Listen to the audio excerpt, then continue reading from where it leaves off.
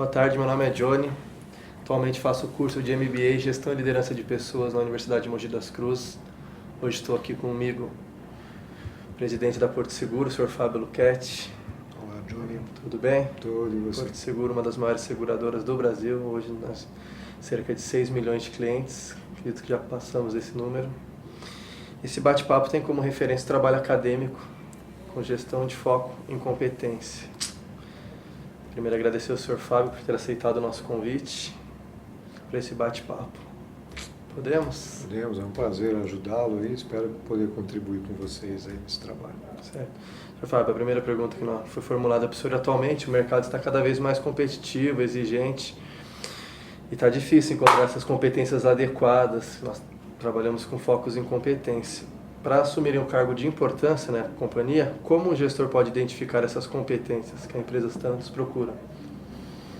A gente costuma brincar que algumas perguntas são de MBA, né? Nesse caso aqui é bem cabível aí ao que vocês estão estudando, né? Olha, eu não acho que é uma equação exata, né? É difícil você de fato estabelecer, talvez numa conversa, ou num currículo, ou numa pequena entrevista, todas as competências e todos os valores. Acho que tem componentes que também interferem muito nisso, que é um pouco de como é o indivíduo e como é essa organização, a biografia desse indivíduo, com a cultura da organização. Então acho que essas coisas, muitas vezes as competências e o sucesso na carreira, ou quiçá o sucesso de um líder, está muito associado a uma combinação de fatores. Agora eu acho que é essencial as pessoas terem uma boa capacidade intelectual, ter uma boa capacidade cognitiva, ter uma boa capacidade de uma visão crítica sobre o ambiente, sobre as coisas, uma coragem de se expor de uma maneira bastante adequada, mas é muito importante as pessoas terem capacidade de colocar seus pensamentos, seus pontos de vista, sustentar, né? Porque é natural que as pessoas tendem muitas vezes a tentar se cercar das opiniões que estão inseridas já no ambiente. É difícil ir para o confronto, né? Sustentar um conflito saudável. Então, eu acredito que essas competências são competências muito humanas, né? Mas eu acho que é essencial mesmo, cada vez mais o que eu tenho percebido nas organizações é a inteligência emocional, né? A gente vê muitas pessoas capazes, inteligentes e tudo, mas começam invariavelmente a derrapar e ter muitas dificuldades. É a hora que ela começa a perceber que o resultado é fruto das pessoas. E lidar com gente não é tão racional quanto a gente pensa.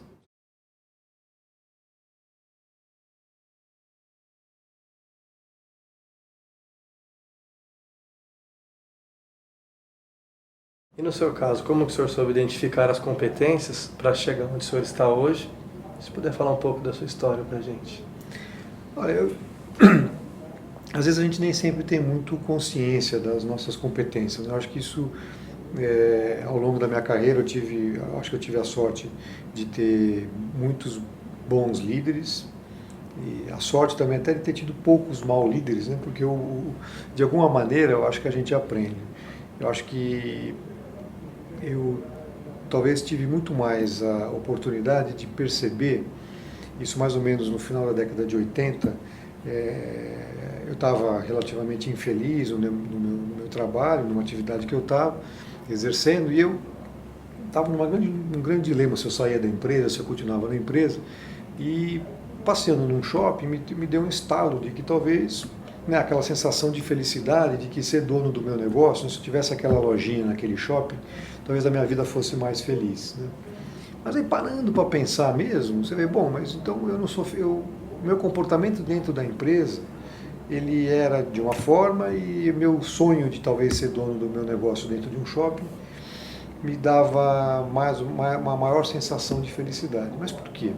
E na realidade, no fundo, eu ia trabalhar no shopping de uma maneira bastante similar do que eu trabalharia na empresa, porque eu ia ter que cumprir os horários que o shopping determinasse, eu ia ter que trabalhar de domingo a domingo, provavelmente muito mais do que eu trabalhava.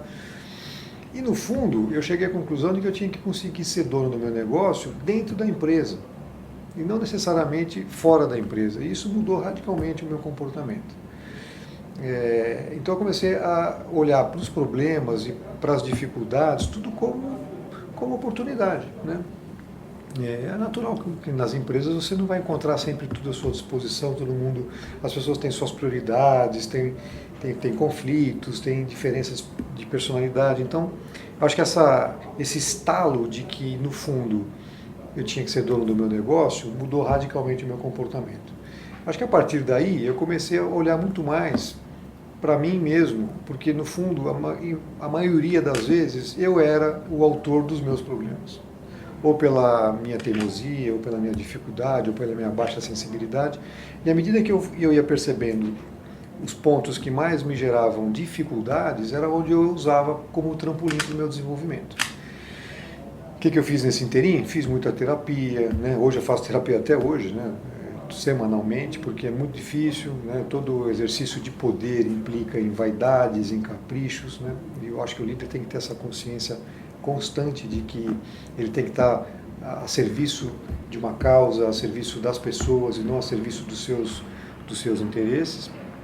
E eu acho que é um desenvolvimento. Fiz muito coaching, cheguei a fazer 4 coachings nesse processo todo, até poder, de alguma maneira, ficar num ponto bastante confortável, acho que na posição que eu me encontro hoje.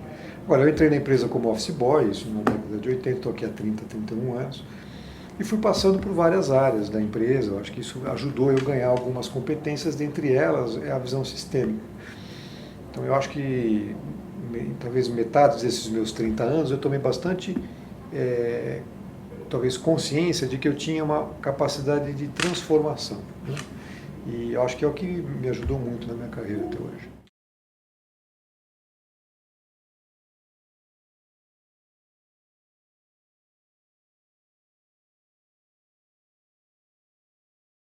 A sua empresa utiliza alguma ferramenta para medir a competência de seus colaboradores? Se caso utilize, como funciona e quais os benefícios que está trazendo para a empresa essa ferramenta? A gente trabalha 2 pontos, né? Inclusive nós estamos discutindo um dos pontos agora, que eu tenho um dilema em relação a isso, mas a gente usa uma ferramenta de recursos humanos que chama Cielo, e através desta ferramenta nós estamos cercando todos os assuntos relacionados a desenvolvimento. E um deles é o follow-up, que é a avaliação de desempenho. Então, a companhia tem algumas competências que ela considera que são importantes para que as pessoas consigam, no tempo, ir monitorando, para que isso possa desenvolver, de fato, melhor o nosso atendimento ao cliente, os nossos resultados. E nessa ferramenta, através de avaliações semestrais ou anuais, as lideranças e os funcionários vão criando expectativas um do outro em relação à sua performance e aos seus comportamentos. Atrelado a isso, a gente conseguiu implantar já no ano passado uma lógica que é um pouco mais na linha da meritocracia, que é estabelecer um programa de participação nos lucros e de bonificação para toda a organização. Antes isso era mais para as lideranças, hoje está em todos os níveis.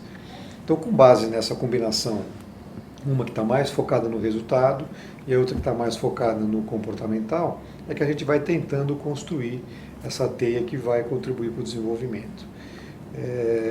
Eu particularmente acho, na nossa ferramenta, existe esse componente do bônus que tem alguma associação ainda aos resultados das avaliações. O que eu particularmente discordo um pouco, e nós estamos discutindo isso, porque a partir do momento que você começa algumas atitudes, em especial aquelas relacionadas a atitudes mais éticas e morais, você querer remunerar as pessoas por algo que deveria ser genuíno, né, deveria estar na essência das pessoas, no meu entendimento, eu acho que não é produtivo no longo prazo, né? Aquele conceito meio que de Pavlov, né? Quer dizer, na minha visão, ou a pessoa genuinamente gosta das outras pessoas, ela genuinamente ela tem um prazer, né? A gente é muito dependente de atendimento, a gente precisa ter pessoas aqui que gostem de pessoas, né? Então não dá para ficar doutrinando, né, a ética, a moral e comportamento, né? Só acho que isso tem que ser inerente ao ser humano, e eu acho que o nosso grande desafio é isso. Então, aos poucos, a gente tenta, através dessas ferramentas, ir criando alguns padrões para que a gente possa, numa empresa com 14 mil pessoas, ter alguns critérios de entender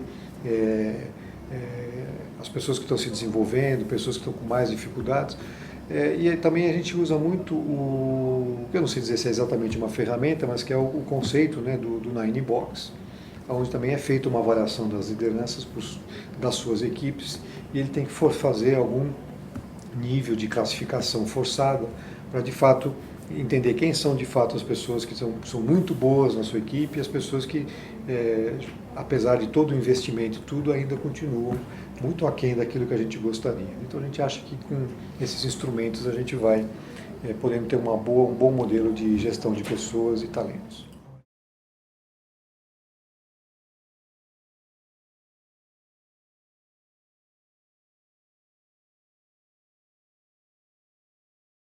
Quais as competências que um líder deve ter? Olha, tem uma visão, eu vou tentar falar aqui numa visão um pouco mais de Porto Seguro, né? Porque eu acho que isso depende muito da cultura organizacional, né? Tem culturas mais leves, tem culturas mais meritocráticas. A gente aqui é muito centrado nessa coisa da visão de longo prazo, da importância de a gente conseguir construir resultados, mas também com felicidade, né? Porque construir resultado tem N formas de fazer isso. Então, a gente tem um viés muito humanizado, a gente é muito fã aqui dos modelos e dos arquétipos antroposóficos, né? Porque ele, de alguma maneira, ele une a questão da visão do ser humano com as organizações, e a gente acredita bastante de que esses ciclos são altamente dependentes. Acho que uma das competências fundamentais hoje, ainda mais na sociedade brasileira que está se evoluindo também no campo no ético, né, que toda essa confusão que a gente vê da corrupção no Brasil, acho que é a integridade, né, acho que não dá para abrir mão disso. Acho que de todas as competências, eu acho que essa é uma das fundamentais, né, porque não dá para ficar perdendo tempo acho que acredito muito que confiança ainda é um valor muito importante, né? A hora que uma organização trabalha numa cultura que não tem confiança, ela gasta muito tempo e muito dinheiro para fiscalizar, para controlar, para auditar. Então, acho que a integridade é uma coisa fundamental. E é isso que vai construir organizações éticas e transparentes. E, além disso, eu acho que tem todo um aspecto que eu vejo, tem muita gente boa, talentosa. Eu acho que a ideia, viver no campo das ideias é muito, eu não diria que é fácil, mas acho que todo mundo consegue. Mas, cada vez mais é importante você ter uma capacidade, uma competência de realização, né? Tem muita gente que inspira muito bem, mas transpira muito mal, né? E não dá, você não consegue construir uma empresa ou sucesso só à base de boas ideias. Você tem que conseguir entregar, tem que conseguir fazer teus clientes ficarem satisfeitos com você. Então, o dia a dia de uma empresa é muito importante. E tem muita gente que fica muito só no campo da intelectualidade, né? Então, eu acho que o planejamento estratégico, uma visão estratégica é fundamental, porque o mundo também está cada vez mais complexo, né? As empresas nascem e morrem em 2, 3 anos, a tecnologia está todo dia com uma novidade, então não dá mais para piscar, essa que é a grande verdade. Mas é importante ter essa união, né? Eu acho que entre integridade, uma visão estratégica e, principalmente, acho que uma capacidade de entrega e de realização muito grande. Ótimo, muito obrigado. Agradeço pela oportunidade, pelo bate-papo. Agradecer também pelo professor André, pelo desafio proposto à nossa equipe, que seja utilizada, né, a gestão do foco em competência. Obrigado. Obrigado, João. Eu que agradeço a oportunidade, espero ter contribuído aí com vocês. Professor André, parabéns aí pela turma e eu espero que todos aproveitem bastante aí esse curso.